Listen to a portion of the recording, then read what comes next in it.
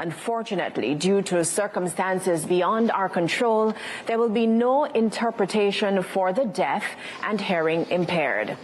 Jamaicans from the deaf community were without the expected guiding hands Saturday night as the first of 3 national debates got underway ahead of the general elections.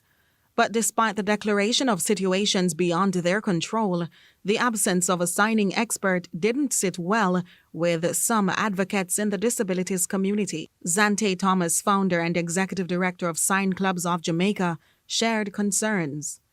It's clear that there were some, behind-the-scenes issues. However, despite all the issues that would have occurred, we know one thing for sure, that thousands of deaf Jamaicans weren't able to watch the debates, unfortunately. And as a youth association geared towards advocating for the deaf, we thought that it was pertinent that we shared our views on the situation, especially because many Jamaicans, both deaf and hard of hearing, and hearing, felt that the explanation given wasn't sufficient. Generally speaking, it's essential to hire qualified interpreters with knowledge of specific jargons for the context and situation. Not every interpreter is qualified for contexts like these. She's urging Jamaicans to pay attention to the needs of the differently abled community. Thomas was not alone. Jamaica's first blind parliamentarian, Professor Floyd Morris, who also heads the Center for Disabilities at the UWI-MONA, says it was unfortunate and should not happen in future. He reminds that some 15% of the population are members of the special needs community and ought to be considered not just for their vote, but their interest.